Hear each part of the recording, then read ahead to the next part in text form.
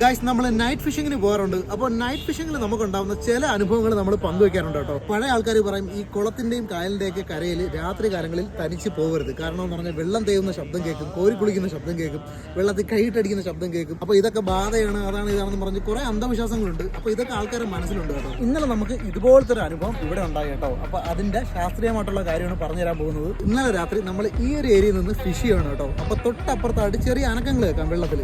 അപ്പോൾ എന്താണെന്ന് നമ്മൾ ശ്രദ്ധിക്കുന്നില്ല. നമ്മൾ ഇവിടെ നിന്ന് തന്നെ ഫിഷ് ചെയ്തുകൊണ്ടിരിക്കുകയാണ്.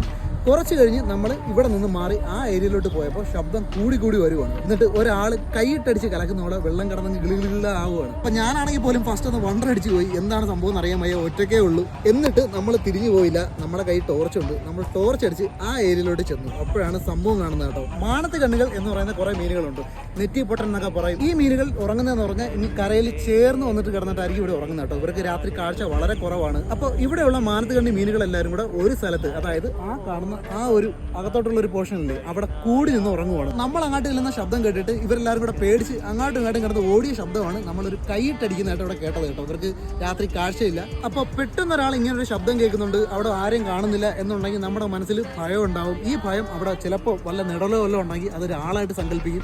അങ്ങനെയൊക്കെയാണ് നമുക്ക് പേടി ഉണ്ടാകുന്നത് കേട്ടോ. ഇതുപോലെ തന്നെ നമ്മൾ നിൽക്കുന്ന സ്ഥലത്ത് വെള്ളത്തിൽ വേസ്റ്റ് ഉണ്ടെങ്കിൽ എലികൾ ഇറങ്ങാറുണ്ട്. മിക്ക സ്ഥലത്തും നമ്മൾ ഫിഷിങ്ങിന് പോകുമ്പോൾ കണ്ടിട്ടുണ്ട്. ഇവരും ഭയങ്കര ശബ്ദം ഉണ്ടാക്കാറുണ്ട് വെള്ളത്തിൽ. അപ്പോൾ ഇതുപോലുള്ളൊരു എന്ത് കാര്യത്തിനും നമ്മൾ അടുത്തോട്ട് പോയി ഇൻവെസ്റ്റിഗേറ്റ് ചെയ്താൽ നമുക്ക് അതിൽ ശാസ്ത്രീയമായിട്ടുള്ളൊരു വശം കാണാൻ കഴിയും. ഇപ്പോൾ ഞാൻ ഈ പറയുന്നതെന്ന് പറഞ്ഞാൽ നിങ്ങൾ ഒറ്റയ്ക്ക് ഫിഷിങ്ങിന് പോകും, ഒരു കുഴപ്പമില്ല എന്നല്ല ഞാൻ പറഞ്ഞുകൊണ്ട് വരുന്നത്. ഹോണ്ടഡ് ആയിട്ടുള്ള ഒരു പ്ലേസ് ആണെങ്കിൽ പോലും, അവിടെ ഒരു പ്രേതം ഉണ്ടെങ്കിൽ പോലും നിങ്ങളിപ്പോൾ അവിടെ ഫിഷിങ്ങിന് പോയെന്ന് പറഞ്ഞുകൊണ്ട് അത് നിങ്ങളെ ഒന്നും ചെയ്യാൻ പോകുന്നില്ല കേട്ടോ. പേടിക്കേണ്ട ഒരു കാര്യമില്ല.